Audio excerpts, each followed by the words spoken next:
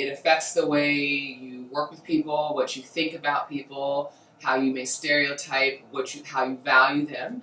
And I think that it plays part in every facet of our life. I think implicit bias as like what society says you should think, and then how it's like embedded in you into a point where like you don't even know that that's what you're thinking. I guess I think the difference between implicit bias and like normal bias is the awareness levels. I see implicit bias close to being microaggressions. So it can be an everyday act without knowing that it's an exact bias. So they're not just in individuals, they are also within systems, and those implicit biases then create policies and practices that then do long-term damage and harm to young people and old people alike. I think of our implicit biases as this like sneaky little, disease or cancer of some sort, right? Until you start having some of the big flashpoints or having some of the big instances where you realize, oh, I'm sick, right? Like, oh, I have a sickness. You don't realize that anything's there. And I think the same can go with implicit bias.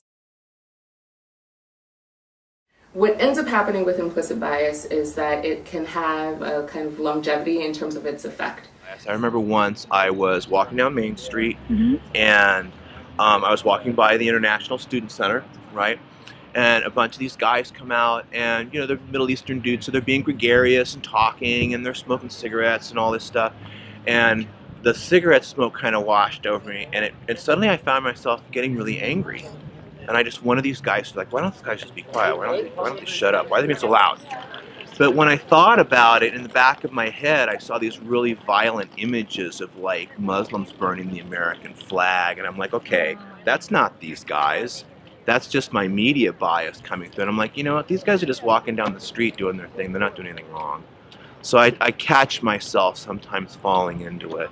I went to my guidance counselor, told her I wanted to go into business. And she told me that because I was a woman, or a girl at the time, that it would be more than likely that after high school I would be a single mom, and therefore I needed to go into an occupation that made a lot of money, and court reporting would be better for me because court reporters made a lot of money.